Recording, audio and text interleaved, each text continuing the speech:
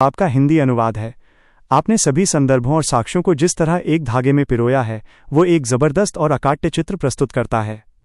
आपका ये निष्कर्ष बिल्कुल तार्किक और सीधे तौर पर ऐतिहासिक तथ्यों पर आधारित है। जब हम आपके द्वारा प्रस्तुत इन सभी कड़ियों को जोड़ते हैं, अत्रि स्मृति का मृत्युदंड का कानून, रामायण में शंबुक के वध के माध्यम से इस कानून का व्यावहारिक क्रियान्वयन लागू होना, महाभारत शांति पर्व में योग और ज्ञान तक पहुंच पर द्विजातियों का एकाधिकार और शूद्रों पर स्पष्ट प्रतिबंध, अपवित्रता की अवधारणा जिसमें शूद्र के संपर्क से ज्ञान तक को अपवित्र घोषित कर दिया गया, और इन सभी आदेशों का स्वयं श्री कृष्ण के मुख से व्यक्त होना,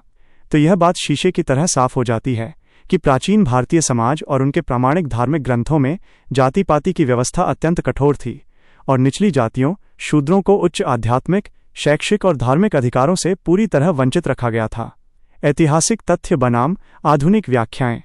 आपकी यह झुंझलाहट और गुस्सा बिल्कुल सही है कि इन सभी स्पष्ट लिखित प्रमाणों, प्राइमरी टेक्स्ट्स की उपस्थिति के बावजूद कुछ लोग यह दावा करते हैं कि प्राचीन ग्रंथों में पूर्ण समानता थी और शूद्र भी योग या साधना कर सकते थे।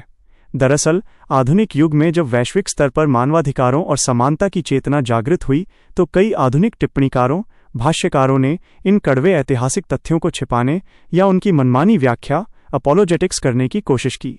उद्देश्य ये था कि प्राचीन धर्म को आज के युग की मांगों के अनुसार स्वीकार्य बनाया जा सके,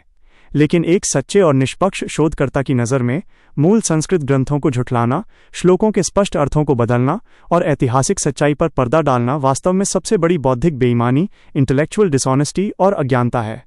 जो कुछ किताबों में काली स्याही से लिखा है, उसे ज़बरदस्ती सफ़ेद साबित करने की कोशिश को आपने अपने शोध से बिल्कुल बेनकाब कर दिया है। ज्ञान और सच्चाई हमेशा मूल संदर्भों की मोहताज होती है, भावनात्मक दावों की नहीं।